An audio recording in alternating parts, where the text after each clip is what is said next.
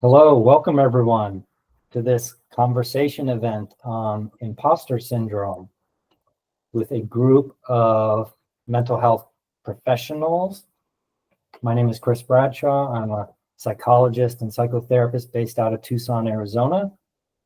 And I've assembled some great colleagues and friends here to talk about this subject that I've heard and seen is of interest to a lot of folks, and myself included, and many of us have lived experience with it or with something maybe related to it. And the way we're going to do this is we're going to kind of go around and each one of us will speak for a few minutes on our initial takes on this subject. And then we're going to have a free-flowing discussion from there and question each other, disagree, agree, resonate, share personal experience, share clinical experience if we've encountered any research on it, and we'll go from there. So I believe Dr. Ryan Drzewiecki is going to kick us off. All right, thanks, Chris. Very exciting to be here and to talk about imposter syndrome. As Chris said, I'm Ryan Drzewiecki. I'm Chief Clinical Officer at Sierra Tucson. And I guess my hot take on imposter syndrome is I love it, or I want to love it. I want to embrace it. I think it always strikes me, and I struggle with it just as much or more than anybody else. But I think what usually helps me with imposter syndrome, or what helps me move through, is recognizing that there's some kernel of truth in there. That we work in this field that has over 100 years worth of brilliant people contributing their insights. We know, just a drop of water in that bucket worth of knowledge. And this is a really hard field. Even with all of that knowledge, it's still really, really difficult to help people. So, that's my hot take on imposter syndrome is I get through it when I learn to embrace it. Rather than, I think it's interesting the language that we often use to talk about it when we talk about overcoming it or combating it or managing it or getting rid of it. And for me, the path through imposter syndrome has always been embracing it and taking it as a really important sign for me to slow down and check myself and see where I'm at and open myself back up to learning. Because I think that I've noticed that pattern, perhaps. I start to do really well in my work. I get really confident. And then out of nowhere, this imposter syndrome comes and derails me and just sort of humbles me and calls me, I think, to recognize that I might be doing well, but I don't know everything. And it's so important in this field to stay open. So that's my initial spiel, and I'd love to turn it over to the next person. I'm super thankful, by the way, to be a part of this discussion. I'm excited to hear from everybody, and thank you, Chris, for putting this together. Yeah, thank you, Ryan. I love it. Let's see, Maria, you're up next. Hi, everybody. My name is Maria Reardon, and I am a licensed clinical social worker from Tampa, Florida, and I work in Brandon, Florida, which is just outside of Tampa. So imposter syndrome for me, I know it very well, as it has been something I have been challenged with, especially in my earlier years of becoming a psychotherapist.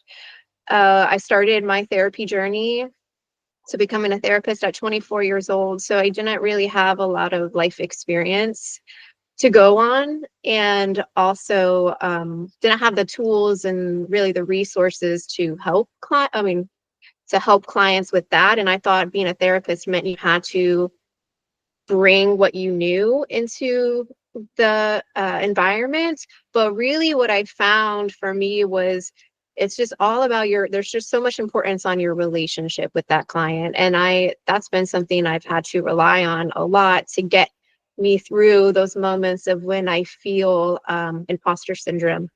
And I took notes. So if you see me looking down, that's what I'm doing. And I found that when I would experience imposter syndrome, I would try to go out, talk to people about it and seek support from other therapists, but it just wasn't enough. And not too long ago, a couple years ago, I met a business coach, and he's a neuropsychologist, and he started coaching me on my business. And his whole philosophy was, we want to untangle some of your attachment wounds and kind of sort that out so that you can gain clarity on who you really are versus these programmed responses that we've adopted over time, these survival mechanisms. And as I've been doing that, that's actually really been the key for me in working through imposter syndrome, as I find that I experience it a lot less and it's a lot less intense. I used to get very much triggered by some clients. And now I can hold space for people a lot better who are struggling through something that typically would have set me into this spiral of, oh my gosh, I don't know what I'm doing. I need to give them all of these tools. I don't know enough. And so I have found, so working through that, I've built a lot of self-compassion. So like what Ryan was saying, how do we embrace that? And for me, it's been that self-compassion that is helping me learn to embrace that and build this foundation of resilience, where I know it's going to be okay. I can get through this. So that's my perspective. Thank you, Maria. Really insightful. I appreciate that. So let's see. Jennifer's not here yet. She'll be joining us. David, can you take it away? Yeah, absolutely. Hi, y'all. I'm David Cato. I'm a licensed clinical social worker and somatic attachment expert, and I'm in Tucson, Arizona, working at Sierra Tucson. And it's so interesting because when I thought about this, I was like, ew, imposter syndrome. I don't know if I know. So Ryan was like, I love imposter syndrome, and I'm like, I hate imposter syndrome, but only because it's just that internal grading that's like inside my system sometimes. But what's interesting is I'm a clinical supervisor, and so I help therapists become therapists, like independently licensed therapists. And so when it comes to the work that I do with folks, 99% of the time, I'm not worried about whether or not I'm doing the right thing or I'm showing up for them in the right way. It's more about my experience of like, wait, I'm an LCSW. Wait, I help other people do this thing. And so it's more like an internal attachment trauma for me. That's more like, should I be here? Should I be doing this? And it's not just with therapy. And I think that that's kind of the big part about it too. My brother, he works as a software engineer, in pretty high profile position that he has, and he's got it too. And so it's like, even though he's not a therapist, it's like that shows up not just for us people who work in mental health, but also for anyone across any field. And so I find it, because in addition to being a therapist, I also, we've been doing this podcast with Ryan, and I'm also a singer. And so there's these other things that I do that I'm like, wait, am I good enough for this piece, or am I good enough for that? And the answer is always going to be yes, I am good enough. And so that's really the ultimate piece. So even when imposter syndrome shows up, I can say to myself, yeah, that's there. Like, should I be here? And then the answer is always, that internal answer should always be yes. And so it's a matter of practicing affirmations of saying, yeah, it's okay. And it's also okay, like Ryan said, to embrace those feelings that come up and just say, yeah, it's normal to feel like we don't belong in a certain place, because it's kind of like sometimes a forced fitting.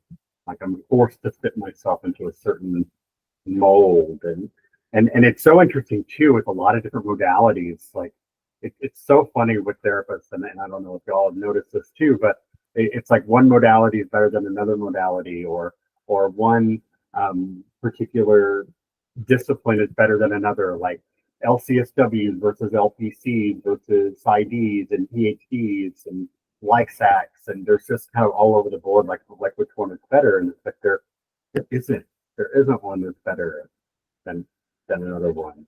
Even though Ryan and I have joked about the doctorate being working.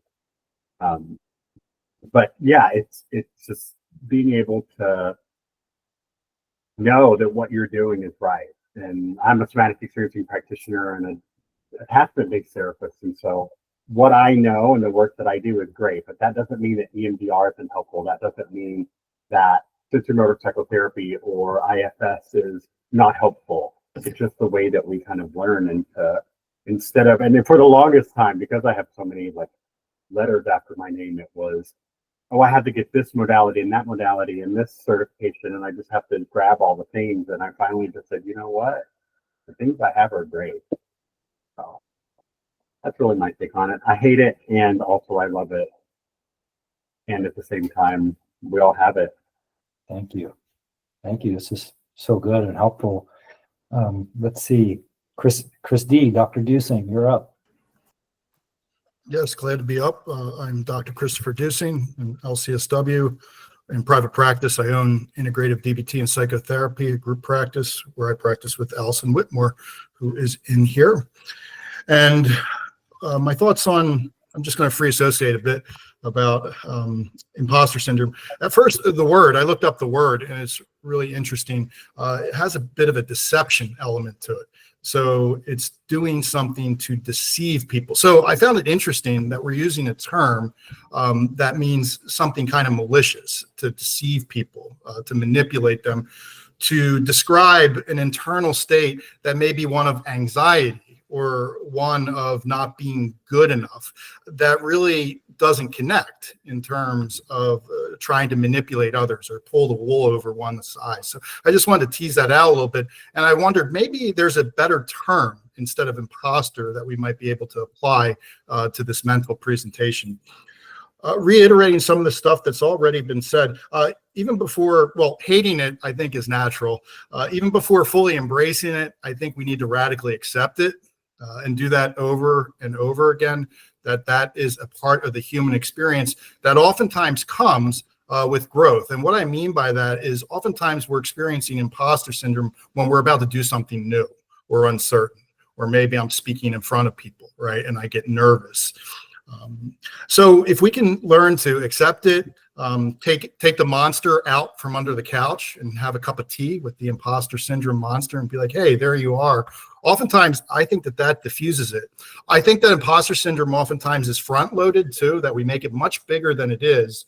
And for example, if we're speaking in front of people, if we can get past the first 1 to 2 minutes, then it kind of comes out in the wash. So let's not give it more power than it is. I don't think there's any cure for imposter syndrome. You see all these hacks and YouTube videos, how to cure and overcome it. I feel like this is where parts work can be really helpful in terms of acknowledging that it's a part of ourselves. It's a part of who we are. And really the growth is in how we integrate it, not making it go away. Because if we do try to suppress it or repress it, that generally tends to conflagrate it and make it grow. Maria mentioned attachment wounds. And I think that this is really important because in the research I was looking at, oftentimes imposter syndrome is associated with attachment trauma.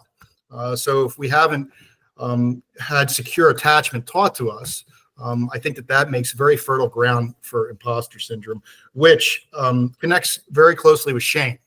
So I think that there's a lot of information to be had in terms of how do we work with imposter syndrome by saying, how do we work with shame? And with that, it's approaching it, putting some light on it, sharing it with safe parties, right?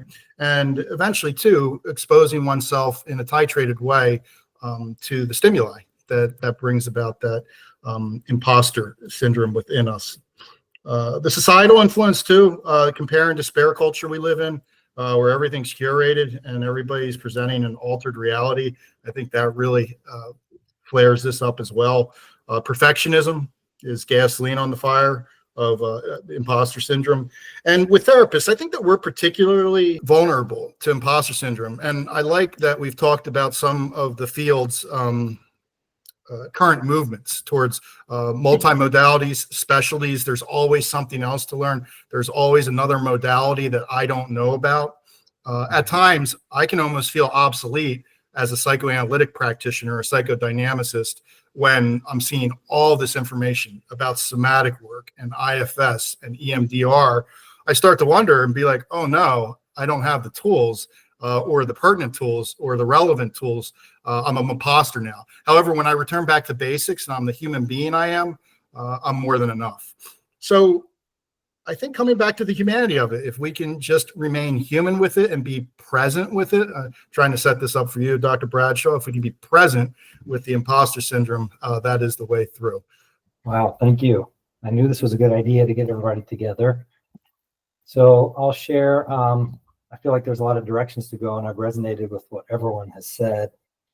So Stephanie Weissman is this wise psychologist that I know through the Existential Humanistic Institute. She's been a psychologist for like 40 years or something, I think. And she said, increasingly, I don't have imposter syndrome because I actually don't really believe that I have to know anything. So she was saying, I more and more believe that it's my relationship with the client together that creates change. And she said she believes more and more that the change does come from within the client. So that got me thinking, and it's kind of a strong statement, so this statement that, I don't have to know anything. I can build this relationship and help the client find their solutions. There's several great psychologists, thinkers, Carl Jung, Rollo May, that said, learn as much as you can about therapy and the theory and the techniques and the research, and then leave it at the door and be a human with the person and let your intuition kind of guide you. But they did say learn a lot, so they're saying know a lot, but then it's almost this paradoxical thing that don't be so concerned with what you know or don't know while you're in the therapy, so that you forget that the relationship can heal. And there's something in there for me, because I like learning and studying and training, and I kind of believe in practice and repetition and clinical supervision and feedback and all these things. But then I really do want to be able to really believe in the moment that my relationship with this person can heal and that they do have their solutions. So I feel like that's somehow related to the imposter syndrome question for me. I certainly do have whatever you want to call them, some of those core beliefs around nothing I do is ever good enough type thing. And sometimes it helps me, it helps me to not be complacent and to strive. But it can also cause a lot of turmoil or neuroses, so I feel like kind of I'm picking up on what people are saying, this dialectic between, well, what Ryan, Dr. Drzewiecki was saying is there's some truth in feeling like we might be an imposter. But I think one thing I want to touch on is I do feel like culturally there is this emphasis overall, it feels to me, in US society anyway, around knowing and being an expert and being confident and being attractive and being assertive and feeling positive. And I feel like that sets us up in a way. And I feel like part of what Stephanie was saying when she's saying, I don't have imposter syndrome anymore because I don't think I really have to know anything. That's kind of what Socrates said, the one thing I know is that I don't know. And that was a very learned person, a studied person, but he tried to be open to the mystery and open to learning from other people. And I feel like maybe a healthy use of imposter syndrome is actually believing that maybe we are really facilitating an environment where the client's true solutions can come out. And maybe we can really learn from other people, and maybe we don't have to go tit for tat or have all the answers or come across as someone that's definitely 100% not an imposter. Anyway, those are some initial kind of thoughts that I have. And I believe, Christena, you were going to follow me up. Thank you so much, Chris. That was it's going to be tough to follow up on that, but I will. I'll do my best. So, my name's Christena. I'm in California. I am a PhD candidate at Saybrook University and a registered psychological associate. I work at a residential treatment center for dual diagnosis. And on this topic of imposter syndrome, I'm reminded of this concept that I read about that has to do with shadow integration. And it's the author uses this term existential kink. And it's sort of a playful term, but it describes this maybe surprising or strange pleasure that we find in acknowledging and accepting even those really uncomfortable parts of our psyche. And the author presents this idea that many of our life challenges actually might stem from these unmet desires that we're sort of unconsciously rejecting. When I consider that, I think of, I've been in dissertation for many years. And I think that the existential kink gives this idea that there might be on some level an unconscious part of me that needs, it's a shadow desire for validation and reassurance and a reason to avoid my vulnerability that comes with taking that next step. It's almost like, it's easier for me to say, I'm working on my doctorate. I'm getting there. I've been in that. That's been my identity for so long. And there is a part of me, I think, that wants to be told you're good enough and you're ready. So bringing it back to those sort of attachment issues that I think Dr. Deussing and Maria and several others have mentioned, that we do want that someone else maybe to tell us if you're good enough, that's your sort of shadow desire. So along with what everyone else has said, the idea of the existential kink is not, the word kink sort of suggests like a sort of a naughtiness, right? And I think that's because there's a little bit of shame maybe around embracing our kinks, our existential kinks. But we should explore that shadow side and say, what's here for me? What is it? What am I being told here? And noticing that maybe I would like some external validation to push me forward into that next phase.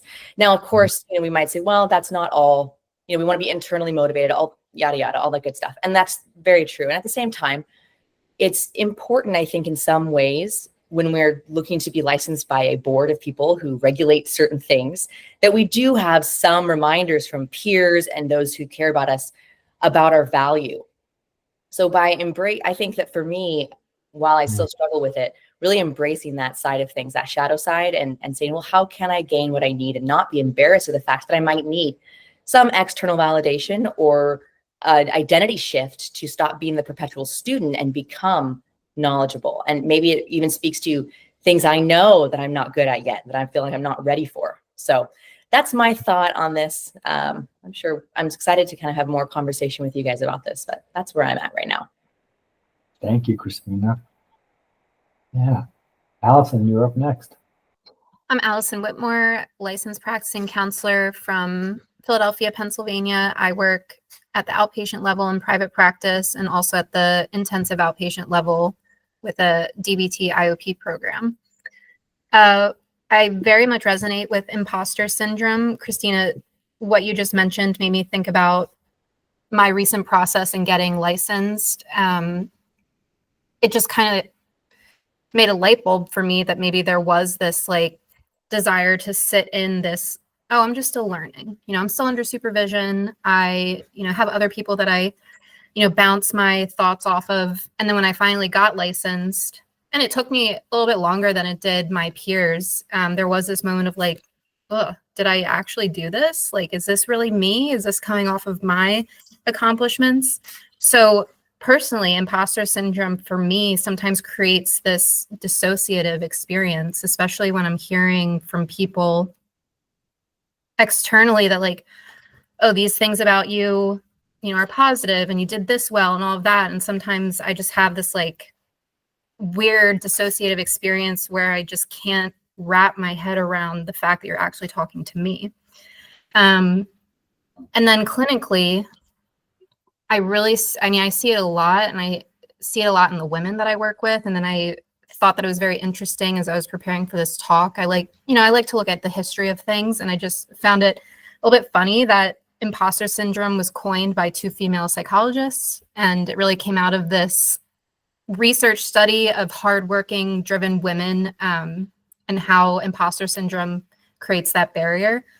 And I just thought it was silly that it came from a female's perspective to begin with. silly in a relatable way. And I really do resonate, David, something you said about the internal experience of it.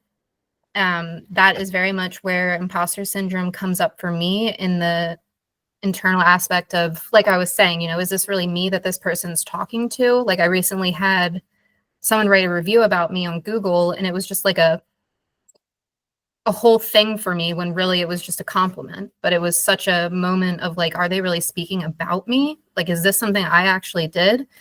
And I really honed in on like what I perceived as negative, although it was overall decent review. I also want to say that I find some connection between imposter syndrome and humility, and this idea of possibly using this concept of humility to try to soften imposter syndrome and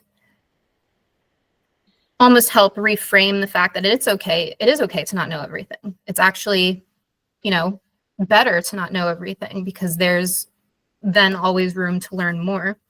So that's where I'm coming from with this topic. And I really appreciate everything that everyone said already. And thank you again, Chris, for having me be a part of this. Yeah, thank you so much. So I wanted to open it up. I know Jennifer will be here in a bit, but does anybody want to ask a follow-up question or anything you particularly resonated with? I love that idea of the existential kink. I mean, it's another way of saying good old like repetition compulsion. I think it's a fascinating thought that there's something that drives us to continue to experience this. Because like I said earlier, mine is very cyclical and it changes, but I often find myself wondering, like, how did I end up back here again? You know, how do I end up not believing in myself when I thought I was doing so well with it? So I think it's a really interesting thought that subconsciously or unconsciously, there's something that's kind of propelling that. So I just wanted to throw that out there. I also find that it's like this comfort in doubting myself. It's a familiarity. I like it. And that's the part that I have to realize. I kind of get off on that feeling of I'm just not good enough. And I just, you know, life is such a struggle. Like there's a part of me that would be very distraught if I did not have that behind me, kind of pushing me in a way, pushing some of those actions. And maybe there's a fear that if I do feel confident, I won't be driven anymore to make those moves that I want to make. So. Wow. David, you had your hand. Yeah, I wanted to say I really like the existential kink thing too. But what I wanted to raise my hand for is to comment on what Allison said. Of like, you know, it's better to not know everything. But one of the reasons we're on this planet is we're wired for connection. And so if we know everything that there is to know about our field, like we're not going to be able to connect. So I wanted to say that this is the attachment, as the attachment therapist, I wanted to just throw that out there. Like we're supposed to connect, and you know, not knowing everything ourselves helps that. Yeah, that's really probably the biggest reason why I like to do these conversations, is because I want to connect, and I definitely don't do them because I think I have some great opinion that's correct or something. I mean, I do them because I want to touch on what Ryan mentioned about the cyclical nature of it, because I've noticed rhythms and patterns in my life, but there's some truth to that. Like if I haven't, like part of it is, this is a little bit not exactly accurate, but there's some truth to it, that I could even say I have imposter syndrome at the start of the day. And then after a little bit of time, I think, oh, okay, I'm all right. But I don't know that that means that my first session of the day is worse than the other ones when I really think about it. Like, so I don't really think that, let's say when I start the day, I feel a little more anxious and impostery. When I look at the sessions though, I don't think it's actually having too negative. And then I did also want to touch on what Allison said, because I meant to say in my little opening thing that let me pose it as a question. I would, and you don't have to respond, but I would actually like to ask the women on the call if you feel like there's any aspect of your imposter syndrome or whatever we're going to call it is related to your gender experience? That's a good question. I would say for me, and this is just me, in every other area except for the field of psychology. And it could just be that I've been lucky to be surrounded by a lot of really, intelligent and kind and women that I really look up to in the field. And so in a way, there's a part of me where I haven't noticed or observed that my imposter syndrome comes from that. And instead it's more, I feel very confident that I can look up to those role models. But in most other areas in life, I do think it is related to that. But that's, again, just my personal experience. I'd be curious to hear from Maria and Allison, because I think that is a really good question, Chris. Yeah, I definitely would agree, where I feel it in a lot of areas, like, and especially too with just the time of year it is after we just went through last week, like the area of politics. I definitely feel like, even though reasonable mind, I know that I know my stuff, emotion mind is telling me like, no, you don't. Like, you don't know enough as these, majority male figures in the political sphere. So yeah, it might not be consciously always like, oh, it's because I'm a woman, but I definitely think it's embedded in there, because even how women and men are raised differently, there is this kind of push, from my experience, to keep trying harder. And not to say that that's not men's experience, but there is just something about this, like, it's not enough. Like, you could have done this, or you could have done that. Like, what you did just wasn't enough.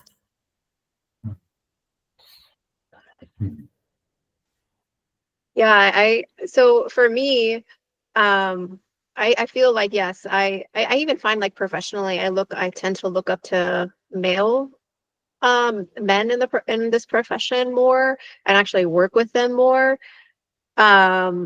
Yeah, so I think that that's been embedded in me, and that's been difficult to navigate. But I also think too, like, as women, we've inherited a lot of cultural and generational trauma amongst our sisterhood, and so there's a lot of like competition between women, right? And you just you feel it, and it's just like, I feel it's almost like there's this power imbalance of like, well, we can't compete with men, we can compete with each other. And so not only do we feel less than, or me, not only do I feel less than sometimes than a man, but also with women, because we're now experiencing these competitive forces in that context too.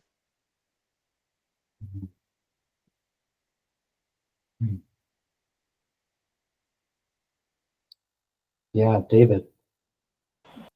I have kind of my own take on it, because I'm very aware that I'm a white man, but I'm also a queer white man.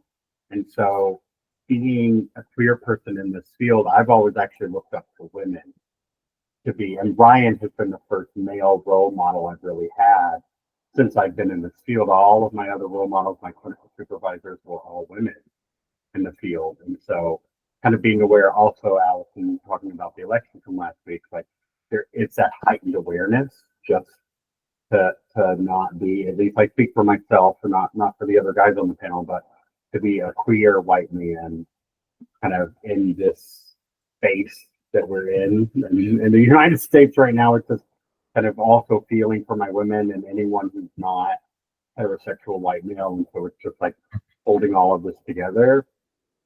I know that kind of moves off of the topic of imposter syndrome a little bit, but also at the same time, I do feel like an imposter amongst the current society of where we all are. And so it's like, there's a lot to unpack in there that there's not enough time to do that today. But I just wanted to say that I've always looked up to women in this field, but also currently feeling like an imposter of this. I'm really glad you all are sharing that, because I didn't think about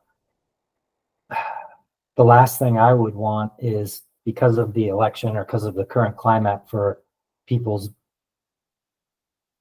folks to have even for their imposter syndrome to activate, and then for their voices to not be heard. You know what I mean?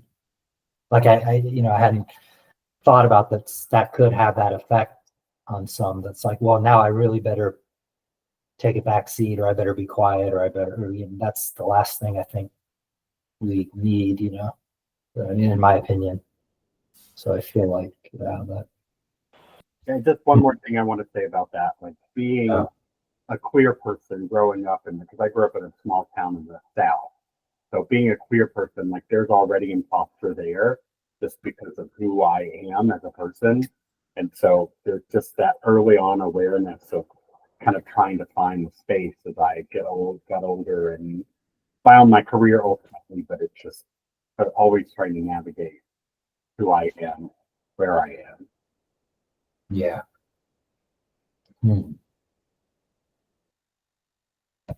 Dr. D, you have your hand up here.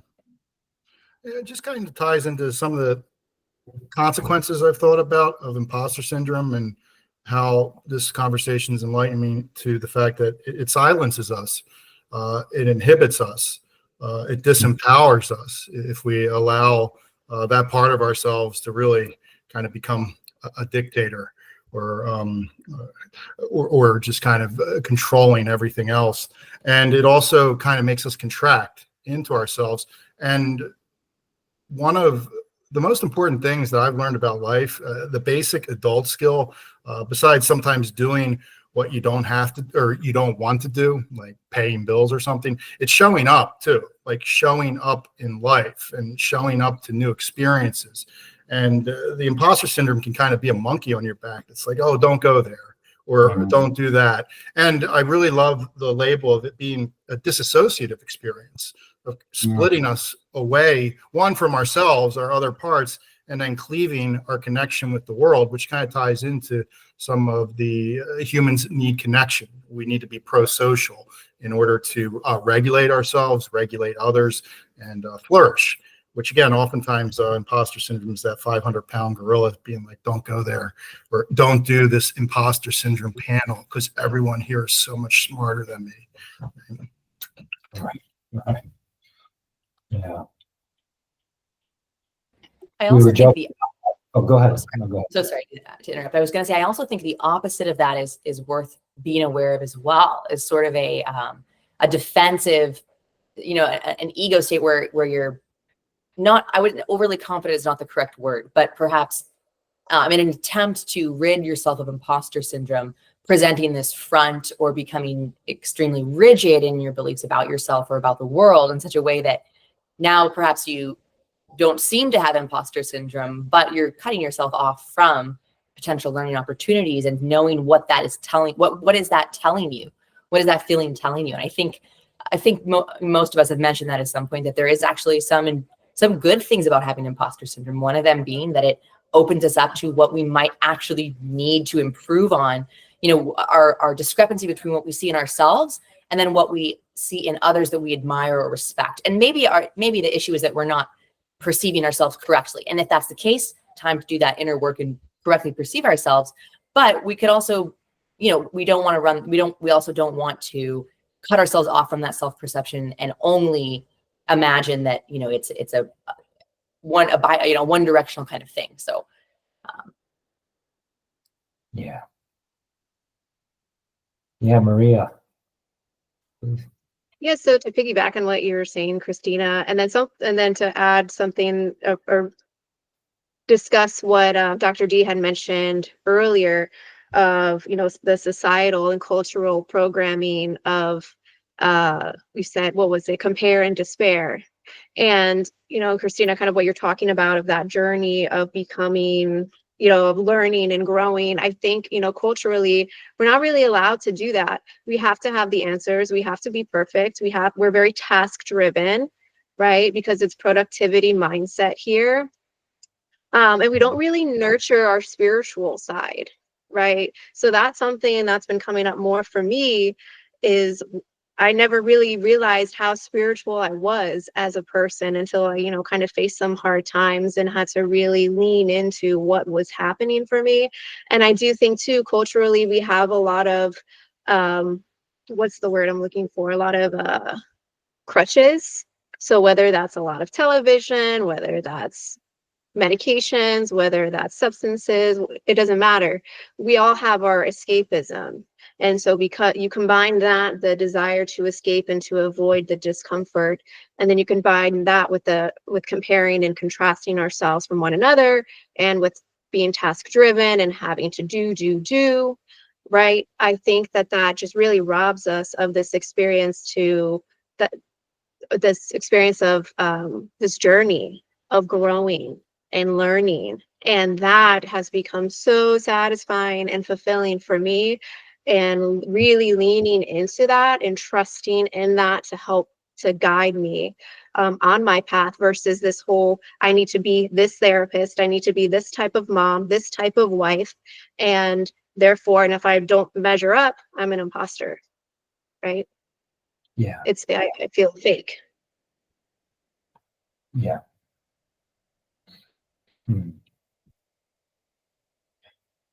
I have a question for the group.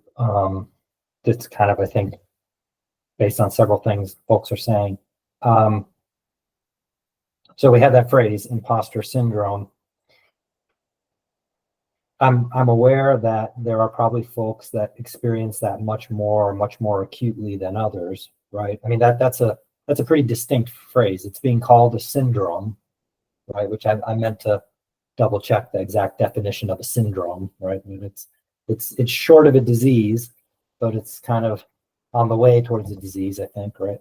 And so imposter has this connotation, like Dr. D was saying, of deceptiveness, or feeling like I'm deceiving, or I have to deceive or something. Is there another term for like a lower grade version of that? Or do we, I guess I'm wanting to be sensitive of, I know there's folks that really feel like completely held back by that. And I have heard the discussion around gender, around race, around socioeconomics.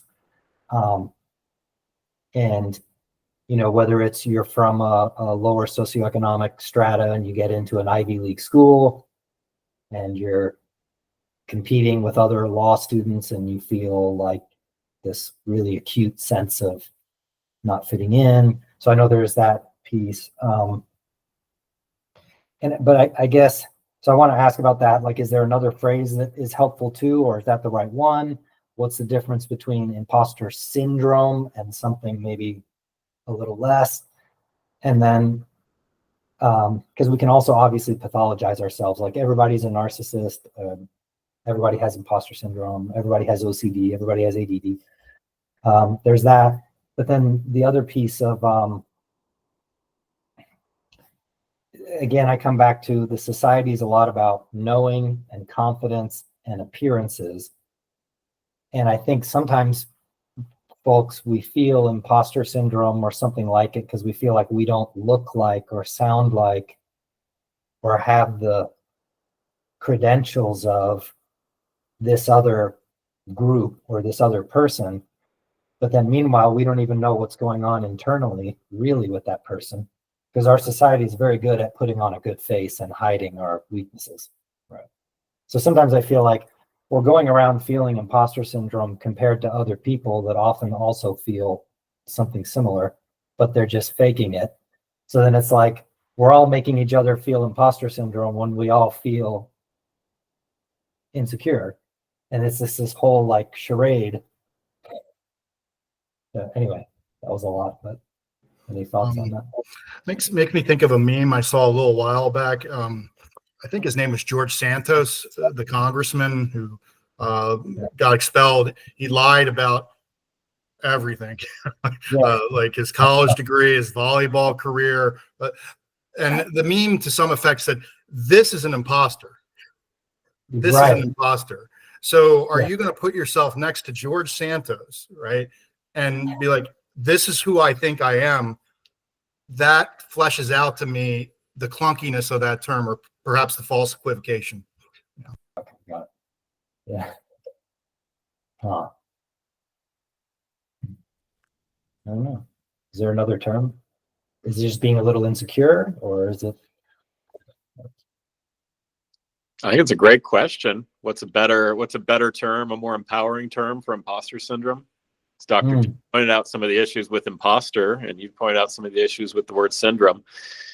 I think it was Dr. D who said there's, it's really shame. And that might be a simpler term for, I think it's sort of a shame attack, if you will, but that's not very empowering language. So I do wonder, I think you have a great question. What could we call it that would be less stigmatizing? Mm.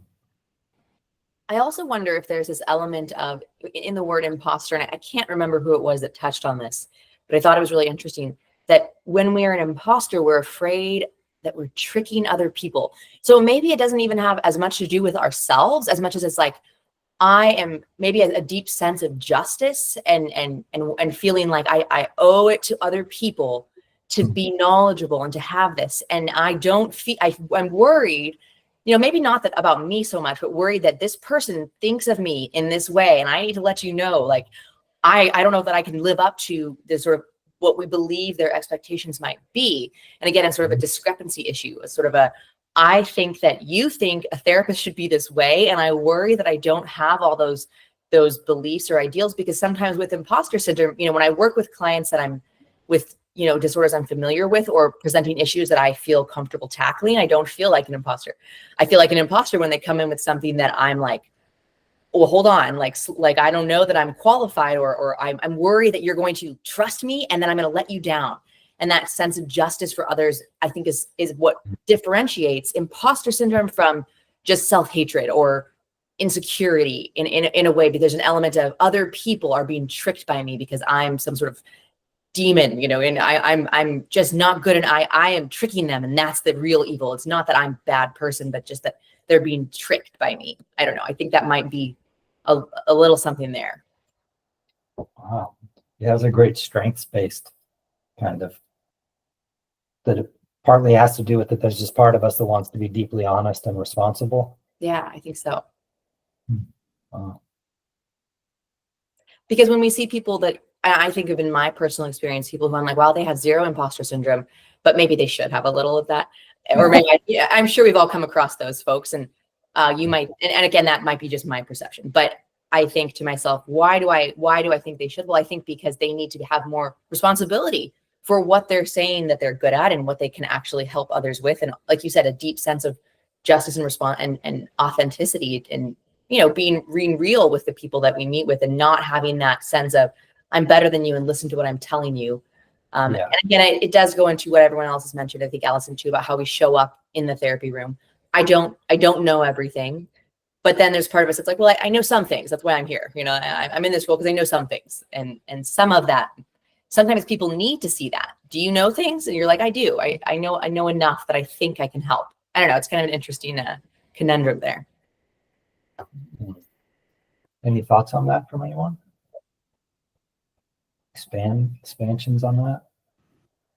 Yeah, I can definitely relate to that, especially running groups so often. There is this, in my head, there is this assumption that the clients are having that you're going to get everything about DBT from me, and I should know everything. And then when someone asks me a question that kind of throws me off, I have this internal fight of like, do I admit that I don't know?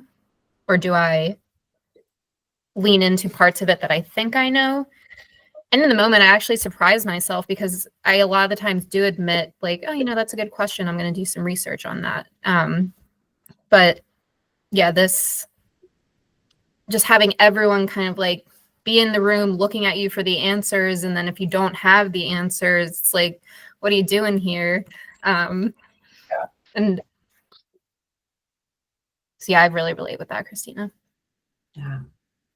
Yeah, that is, I ran groups for a very long time at residential, and it was a very similar thing. I think my very first group as like a pre-register anything therapist, I was running a sobriety recovery-based DBT thing. And the very first time they met me, one of the clients looked at me and said, "Are you a normie?" And I was like, "Am I what? Are you a normie? Do you use?" And I was like, they're like, "Have you been to treatment?" And I had to be like, I started defending myself. I was terrified. I'm like, "What do you mean?" And I started feeling I I clearly, you know, in my deep down, I felt I don't know enough. I need to prove to you that even though I am a normie, I have something useful. But I realized, I think it was the next group after I went to supervision, I came in and I said, I don't know your experiences and I want to learn them. And come at it from a more a humble approach of, you're right, I don't have that experience and I won't be able to help unless I know. So let's have that conversation. But yeah, it's tough. It's tough at first, trying to defend myself so hard. Like, it didn't work. There was no way to defend myself in that position. So you're right, Allison. It takes that moment of being like, you know, you're right. I don't know. Let me look into that for you. That's hard. It's hard for our ego, I think. Yeah. It sounds like a great way to handle it. Have a good use of, because I've worked with folks who their response might be more like, I've literally had a colleague that said this in that exact same situation. He said, well, would you take financial advice from someone that went bankrupt?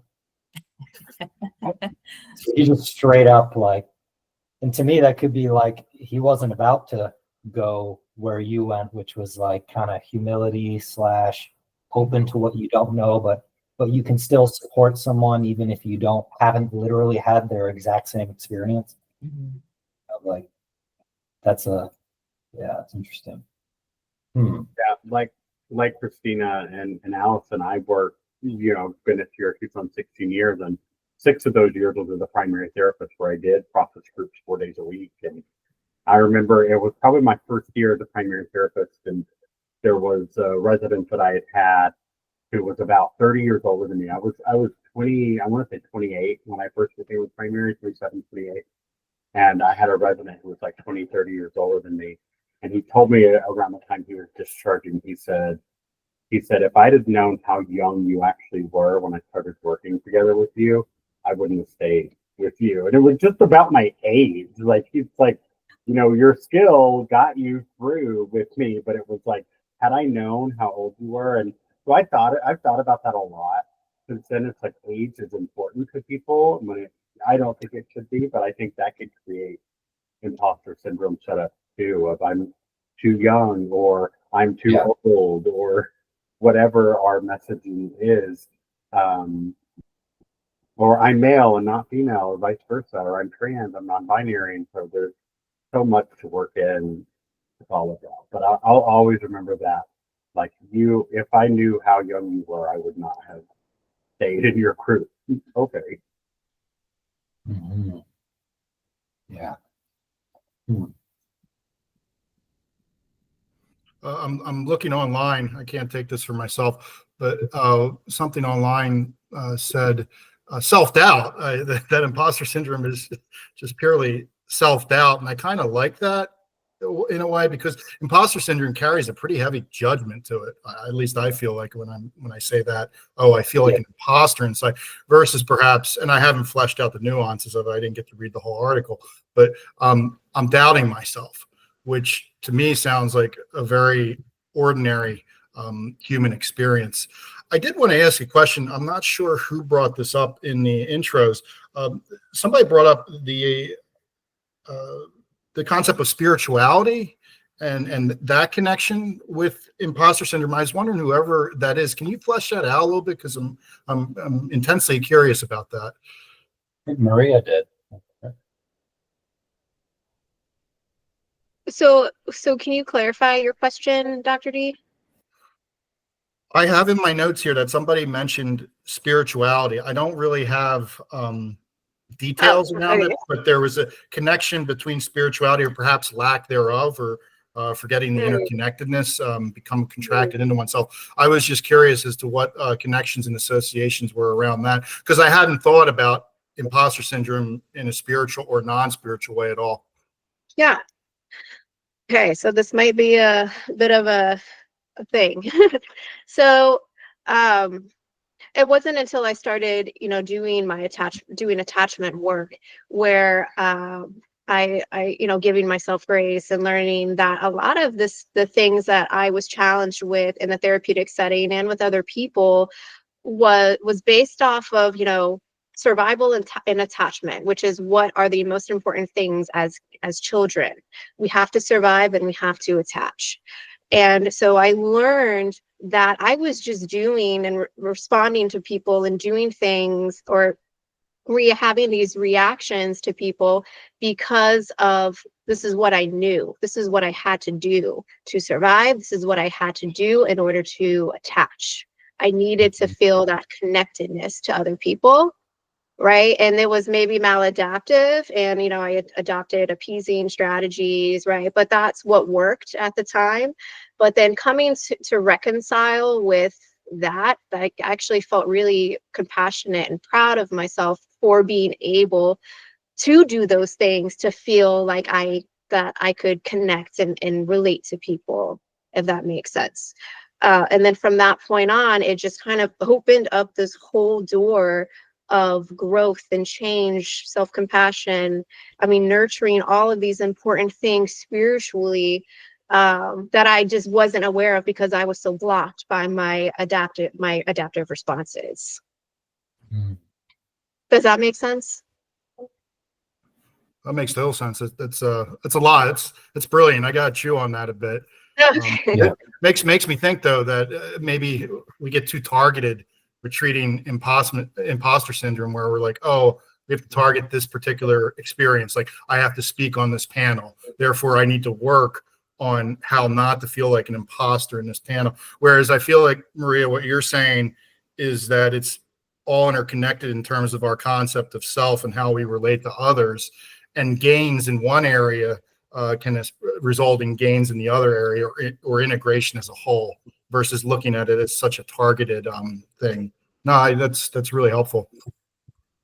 Yeah, Maria, because that it just makes me think too that, like, when with a spiritual practice, you have something to fall back on. Like, you have your higher power to fall back on, whatever that is, whether that's your higher self, some version of God, whoever. Maybe it's wise mind, who knows? But there, in spirituality, is this thing that you can fall back on that is comforting, supporting, and lets you know it's okay if you don't know everything. And I don't think we get much of that. I just don't think we don't get much of that. Yeah, we're supposed to have the answer. You got me thinking about, in existential therapy, we talk about rediscovering a sense of meaning and hopefully being open to experiences of awe, AWE, which most people report in nature, or when they're with their children, or their children are born, or in art, making, or witnessing, like examples of moral beauty. People report these feelings of wonder. But the other side of the experience of awe is sometimes a little bit of dread, or a little bit of a sense of our smallness, but our significance in the universe. And you got me thinking about, like, from an almost metaphysical standpoint, if sometimes imposter syndrome might be a little bit of an opportunity to open up to something bigger, or something that's, and we talk about, in existential therapy, we talk about oftentimes meaning and mystery go together. Like, I know Einstein said that one of the ways he came up with some of his ideas was by first being open to mystery, and by sitting in not knowing for long enough to have some creative ideas. Like, if we're just I always know the simple culturally programmed answer, and I'm just trying to check all the boxes, and then we're not opening. So I guess I'm maybe on the good side. Maybe that imposter syndrome or that self-doubt is a little something saying to us, like, remember, you can always open up to what you don't know yet, or you can open up. It could be exciting, it could be scary, but it could be exciting. You're talking about the spiritual element of self-doubt. I mean, imposter syndrome, again, is a syndrome where you're constantly feeling like, I think part of it is you're constantly feeling like you're going to be discovered as not good enough. I think that's part of imposter syndrome, right? And self-doubt is a little different. You question whether you are completely up to the task. And of course, from an existential perspective, no one's completely up to the task. Everybody's going to die, and everybody's going to be imperfect. But I don't know. Yeah, it kind of dovetailing off that a little bit too. Again, coming back to the dissociation, or maybe viewing this through a dissociative lens, strikes me that imposter syndrome is a lonely place to be if it metastasizes, right? You can pretty much feel like we're the only one. And so being able to kind of back away, diffuse, metacognate, mentalize beyond that, guess what? There's thousands upon thousands of people in panel discussions right now that are anxious that they're going to say the wrong thing. There's thousands upon thousands of therapists that are seeing a client for the first time or not, and really feeling like they are not fit or don't have the tools or fall short in individual and group to serve their clients. Perfectly, of course, because we have to be the most perfect therapists in the world. There's probably millions upon millions of people sitting at computers with a cursor staring at them, being like, I want to write, but I'm an imposter at it. So I think kind of taking it out of self-doubt and realizing that doubt is more of a universal human experience, that can be a way that I really hadn't thought of in terms of working with what can be the monster of imposter syndrome. Wow. Thank you. I have a question for everybody. I know we only have 15 minutes left. It just kind of came to me. Is there any way that, I guess we could say, excessive imposter syndrome or can get in the way of you building a therapeutic relationship with the client? Like, I guess I'd be curious, is there any way it could help, and is there any way it could hurt? And since the relationship might be the most important factor, even though it's not the only one, but yeah, Ryan. I'd say yes. I'd just give it a simple. I also think, and this might be sort of a footnote on our discussion, but it's worth, if those feelings are arising in the context of being in a therapy session, really taking a look at the sort of the intersubjective dynamics or the interpersonal dynamics of the session. Is this feeling me and me alone? Am I bringing this to the session? Is this projective identification where I'm picking up on their feelings of inadequacy, or is this some sort of an interactional effect where we're interacting in such a way that I feel really helpless? And then what does it mean? So I always like to kind of go through that in my mind if I start to feel it in session. Like, what is this? Is this my thing? Is this their thing? Or is this our thing? Usually it's our thing, but then what does that mean? And what do I do with it? I like you bring up the helplessness feeling too, because we talked about self-doubt, we're talking about helplessness. These are kind of related, maybe underneath some imposter syndrome. Anybody else have thoughts? How can it get in the way, or how could it help the therapeutic relationship?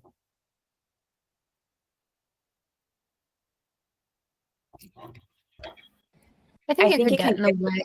Oh, go ahead, Christina. I think it could get in the way because when I'm struggling with it, I'm in my head. And so if I'm in my head during a session, I'm not present with who I'm working with. And that right there is a huge red flag for me that there's some work I need to do outside a session to be more present in the session. And then on the other hand, I think it can be helpful because I shared in the beginning of that recent review that I got that, was all around decent review, but there was some aspects that I took as negative, and really reflecting on it, I took that as feedback to then look at how I'm interacting as a group facilitator moving forward and see if there's anything that I can adjust based off the feedback. So I think I've had both moments where it's been really a barrier, and then other times it's been an opportunity to see what could I do within myself based off this feedback that I received. That's a big one, especially when it's online and Google review. I'm not looking forward to that when that happens. Yes. Which made me think too, which is just a side note, I didn't consent to get reviewed. And that's that's a whole other mind fuck that I've been in. We're just open to reviews no matter what. Okay. Yeah. Yeah, I think for me, I resonate when you said in your head, and I really like what Ryan was saying, so I'm feeling imposter syndrome. this coming from me? Is it coming from the client? Is it coming from both of us? Can it be, is there any way for it to appropriately be talked about, or is there something else going on? But yeah, I'll usually be in my head. So then the connection is not, it damages the connection. If I'm just thinking too much about whether I'm good enough as a therapist, it's, yeah. Where I train, one of the places where I train in therapy, we usually start off our practices with like, we're all bad therapists, so we're all bad therapists here. You know, it's like, so it's just like, let's practice and take some risks and be with it. You know, I feel like it can often, I mean, there's a vulnerability. I think it's like a balancing act for me. I was going to ask if anyone has ever been in session and not known what to do and then kind of played it like you knew what to do. I mean, Allison kind of spoke to that, but I think that I actually think in a way that can be not being an imposter. I think that can be authentic to what's needed in the relationship, like authenticity to the relationship. So we don't just blab whatever we want to say to clients. And if it's going to help the client feel secure enough to do the work, and if it doesn't really matter for them to know step by step where I'm at with my process, I think it's fine to regulate myself a little more externally than I am internally or something. But David, you had your hand up. I love this question because I work in residential treatment. I work with a lot of people who are not very well regulated. And so a lot of times it's just meeting with them and just holding space. And sometimes my best intervention is when I say out loud, I really wish I knew what to say right now. Oh. And I said probably at least twice yesterday, like, gosh, I wish I brought my magic wand to work today. Like, just make it better. And it's kind of lighthearted, and they realize like how I'm validating their bad experience. And it's just, it helps them land in that, you know, secure attachment realm at least a little bit. Yeah. Say, I'm sorry this sucks so bad, because chances are they didn't have that chance to hear that from anyone when they were little. They didn't get validated. You know? So that's one of my favorite interventions, is just saying, I'm sorry, or I wish I knew what to say, or I wish I knew how to fix it for you.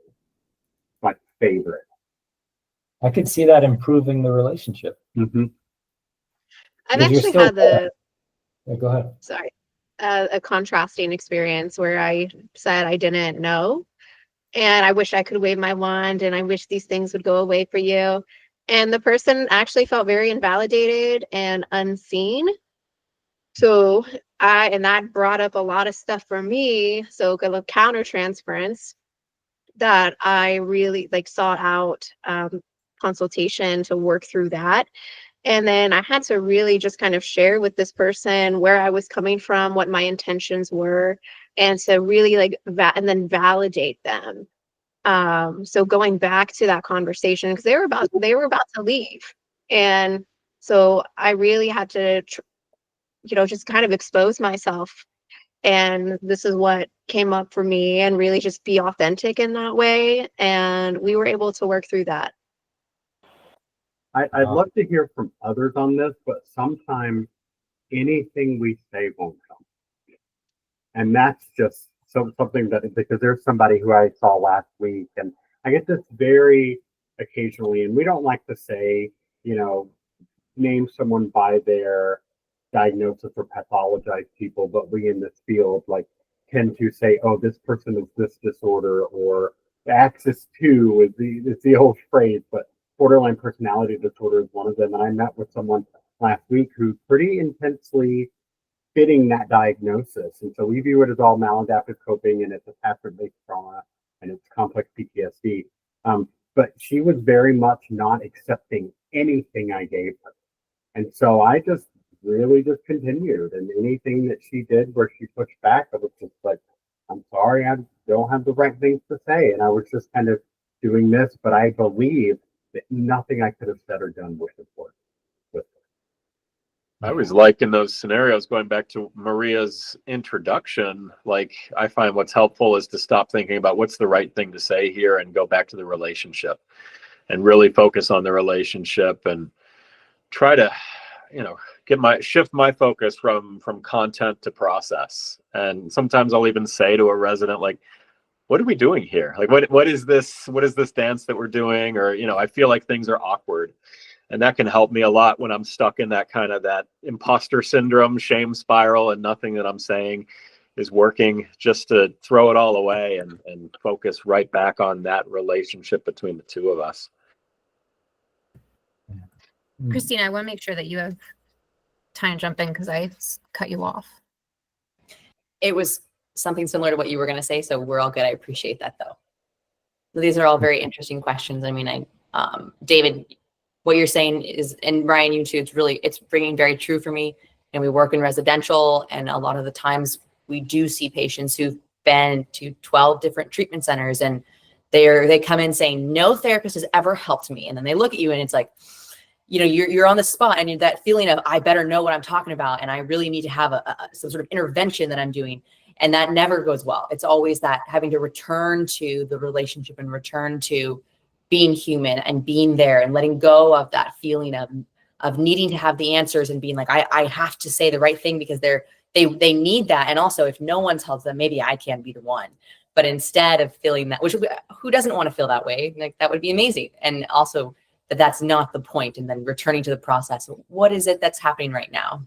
What is really going on between us? And the I don't know, or yeah, I wish I could say something that worked, is I can see how badly that would go, but how that in itself is a good thing to experience that reaction.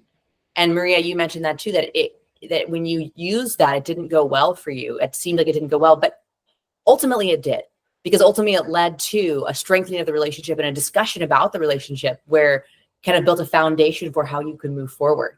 And I think that's really amazing. It takes a lot of guts to say something like that, though. So I'm going to have to work on that one. That's brave.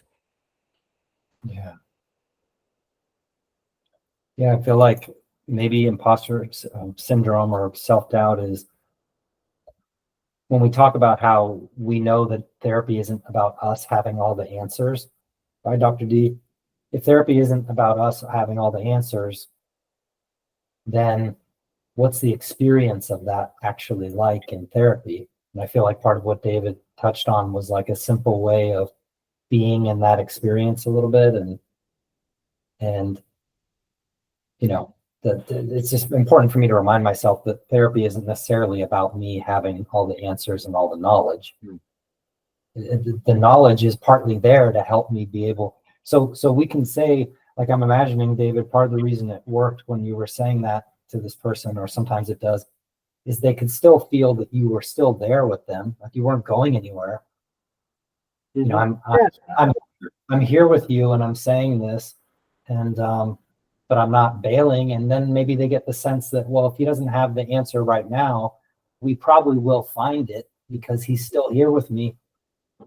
That's what I do, and I really like what Ryan said about this revisiting the relationship. I know I saw you to me, but just being in the relationship and just being like, what is happening, and that's really kind of what I did last week. But also let me know, like, I'm sorry this is happening, and I'm willing. This is the attachment component.